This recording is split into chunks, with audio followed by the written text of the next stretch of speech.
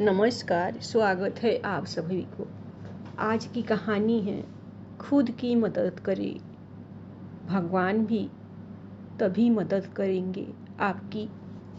एक बार की बात है, किसी दूर गांव में एक किसान रहता था। उन दिनों बारिश का समय था। चारों तरफ गड्ढों में पानी भरा हुआ था। कच्ची सड़क बारिश की वजह से फिसलन भरी हो गई थी। सुबह सुबह किसान को बैलगाड़ी लेकर कुछ धन कमाने बाजार जाना होता था, लेकिन आज बारिश की वजह से बहुत दिक्कत हो रही थी। फिर भी किसान धीरे धीरे सावधानी पूर्वक बैलगाड़ी लेकर बाजार की ओर जा रहे थे। अचानक रास्ते में एक गड्ढा आया और बैलगाड़ी का पहिया गड्ढे में फंस गया। कीचड़ भरे गड्ढे से निकलना काफ़ी मुश्किल था। बैल ने भी अपनी पूरी ताकत लगाई, लेकिन सफलता नहीं मिली। अब तो किसान बुरी तरह परेशान हो उठा। उसने चारों तरफ नज़र घुमाई, लेकिन खराब मौसम में दूर दूर तक कोई नज़र नहीं आया। किसान सोचने लगा कि किससे मदद मांगे। कोई इंसान दिखाई ही नहीं दे रहा। किसान दुखी होकर एक तरफ बैठ गया और मन ही मन अपने भाव को कोसने लगा। हे भगवान, ये तूने मेरे साथ क्या किया? कोई आदमी भी दिखाई नहीं दे रहा। इतना खराब नसीब मुझे क्यों दिया? किसान खुद के भाव को कोसे जा रहा था। तभी वहाँ से एक सन्यासी गुजरे। उन्होंने किसान को देखा तो किसान सन्यासी के पास जाकर अपनी परेशानी बताने लगा। मैं सुबह से यहाँ बैठा हूँ, मेरी गाड़ी फंस गई है और मेरा नसीब भी इतना खराब है कि कोई मेरी मदद करने भी नहीं आया। भगवान ने मेरे साथ बहुत अन्याय किया है।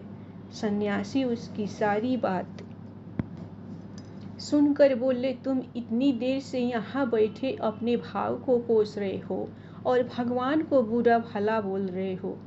क्या तुमने खुद अपनी गाड़ी निकालने का प्रयास किया?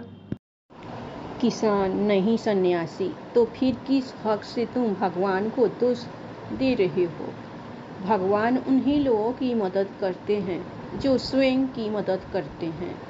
अब किसान के बात समझ में आ गई। उसने तुरंत पहिया निकालने का प्रयास किया और वो सफल भी हुआ। ज़्यादातर लोग उस किसान की ही तरह है जो खुद कुछ नहीं करना चाहते और हमेशा अपने भाग्य और दूसरे लोगों को कोसते रहते हैं। हमें लगता है कि भगवान ने हमारे साथ बहुत गलत किया है।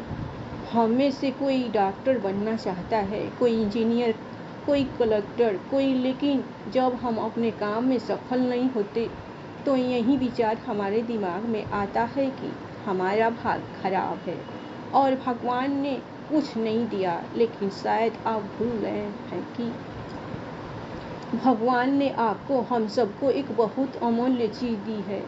ये शरीर, आपके अंदर हर सामर्थ्य है, तो फिर आप भाग भरोसे क्यों हैं? भगवान भी उन्हीं लोगों की मदद करते हैं जो खुद की मदद करते हैं। किसी महान पुरुष का एक दोहा है, विदा धन उदम बिना कहूँ जो पावे कौन, बिना डुलाए ना मिले जेऊ पंखा की कौन। मतलब बिना काय किए आप कुछ नहीं पा सकते। जैसे आपके सामने पंखा रखा हो, लेकिन वो जब तक आपको हवा नहीं देगा तब तक उसे अपने हाथ से झलेंगे नहीं। आप खुद की मदद करिए, तभी भगवान भी आपकी मदद करेंगे। तो आओ आज मिलकर एक साथ शपथ लेते हैं कि कभी अपने भाव को नहीं कोसोगे और स्वयं ही अपने कर्णधार बनेंगे। एक गांव में एक साधु रहते थे जो दिन रात कड़ी तपस्या करते थे और उनका भगवान पर अटूट विश्वास था। गांव में भयंकर तेज बारिश हुई। बढ़ते हुए पानी को देखकर गांव वाले सुरक्षित स्थान पर जाने लगे। लोगों ने उन साधु को सुरक्षित स्थान पर चलने को कहा, लेकिन साधु ने यह कहकर मना कर दिया कि तुम लोग जाओ, मुझे मेरे भगवान पर पूरा भरोसा है, वे मुझे बचाने जरूर आएंगे। धीरे धीरे पूरा गांव पानी से लबालब हो गया और पानी साधु के घुटनों तक आने लगा। तभी वहां पर एक गाड़ी आई और उसमें सवार व्यक्ति ने साधु को गाड़ी में आने के लिए कहा, लेकिन साधु ने फिर यह कहकर मना कर दिया, मुझे तुम्हारी कोई आवश्यकता नहीं, मुझे मेरा भगवान जरूर बचाने आएगा। गाड़ी वाला वहां से चला गया। पानी बढ़ने लगा और साधु भगवान को याद करने लगा। तभी वहां पर एक नाव आई। बचाव कर्मी ने कहा, जल्दी से आइए मुनिवर, मैं आपको सुरक्षित स्थान पर छोड़ देता हूँ। साधु ने कहा, मेरे भगवान मुझे बचाने जरूर आएंगे, तुम यहाँ से चले जाओ। बचाव कर्मी ने कहा, गुरुवर, मुझे अन्य लोगों को भी सुरक्षित स्थान पर पहुंचाना है, आप समय बर्बाद मत कीजिए, जल्दी आइए। लेकिन साधु ने अपनी जीत नहीं छोड़ी। आखिरकार वह नाव वाला अन्य लोगों को बचाने के लिए वहां से चला गया। कुछ ही देर बाद साधु बाढ़ में बह गए और उनकी मृत्यु हो गई। मरने के बाद साधु जब स्वर्ग पहुंचे तो उन्होंने भगवान से कहा, हे भगवान, मैंने कई वर्षों तक कड़ी तपस्या की और आप पर इतना विश्वास किया, लेकिन आप मुझे बचाने नहीं आए।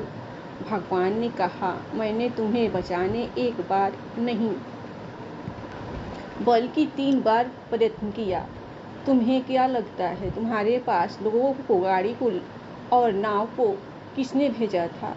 असफलता केवल 2 तरह की होती है। पहली असफलता अवसर को न पहचानना है और दूसरी असफलता अवसर को पहचानने के बाद भी प्रयास न करना। धन्यवाद। आप लोगों को ये कहानी पसंद आई होगी तो आप लोग भगवान के नाम पर लाइक सब्सक्राइब दिल खुल कर जरूर कीजिएगा।